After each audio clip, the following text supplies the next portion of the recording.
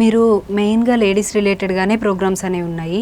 ఇప్పుడు అమ్మాయిలు చాలా థింగ్స్ ఫేస్ చేస్తున్నారు. వాళ్ళు పర్సనల్గా పక్కన పెడదాం మనము, పర్సనల్గా in the sense love failure కావచ్చు, ఇటువంటివన్నీ పక్కన పెడితే చాలా విషయాల్లో చాలా ప్రాబ్లమ్స్ ఫేస్ చేస్తున్నారు. ప్రొఫెషనల్గా ఆఫీసులో కావచ్చు, అలాగే కాలేజెస్లో కావచ్చు, చాలా రకాలైన జెంట్స్ దగ్గర నుండి కానీ ఇలాగా ఇటువంటి వాటిలో వీటి గురించి ఏం చెప్తారు?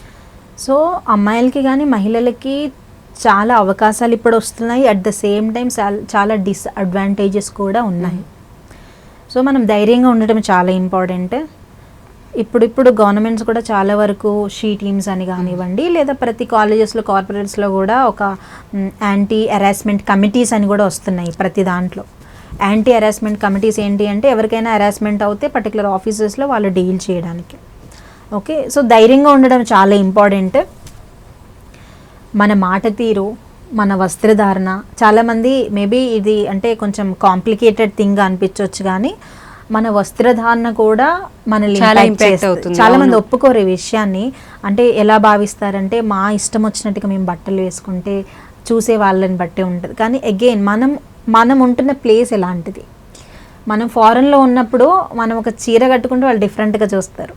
సో మనం ఇండియన్ కల్చర్ నుంచి వచ్చాం కాబట్టి ఇంకా వాళ్ళ మైండ్స్ అట్లా మారలేదు కాబట్టి, సో అమ్మాయిలు బ్రేవ్గా ఉండడం చాలా ఇంపార్టెంట్. నేను ఏమంటానంటే చాలామంది ఫెమినిజం అంటారు, ఎంపవర్మెంట్ అంటారు, అది ఇది అంటారు.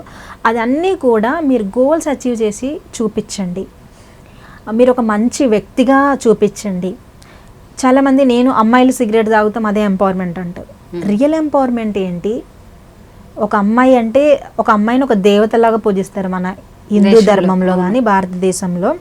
సో అంత మంచి ప్రివిలేజెస్ ఉన్న ఒక అమ్మాయి అనే ఒక అంశం ఇన్ ద సెన్స్ ఒక అమ్మాయి అనే ఒక ఘట్టాన్ని మనం ఎందుకు స్పాయిల్ చేస్తున్నాము? చాలామంది జెన్జీ కల్చర్కి అలవాటు పడి ఇదే ఎంపవర్మెంట్ అని.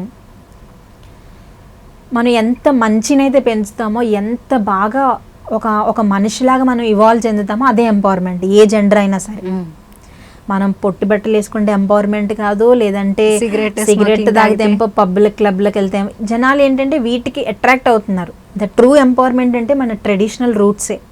మనం ఎక్కడి నుంచి వచ్చామో ఆ రూట్స్ అనేవి ఎప్పటికీ మర్చిపోవద్దు. సో అమ్మాయిలకి చాలా అవకాశాలు వస్తున్నాయి. మనం అమ్మాయిలుగా కొంచెం కళ్ళు తెరుచుకోవాలి, కొంచెం ధైర్యంగా ఉండాలి, అవకాశాలు మనం క్రియేట్ చేసుకోవాలి, అడ్వాంటేజ్గా ఉండకూడదు, బ్రేవ్గా ఉండాలి. మనకు వచ్చే ప్రతి ఛాలెంజ్ మనం ఫేస్ చేయగలం. మనలో తప్పు లేనప్పుడు, మన ఆలోచనలు, మన మనసు ప్యూర్గా ఉన్నప్పుడు మనకి ఎన్ని స్ట్రగుల్స్ వచ్చినా మనం ఫేస్ చేయగలుగుతాము. సో ఎక్కడ ఆత్మస్థైర్యాన్ని వదలొద్దు.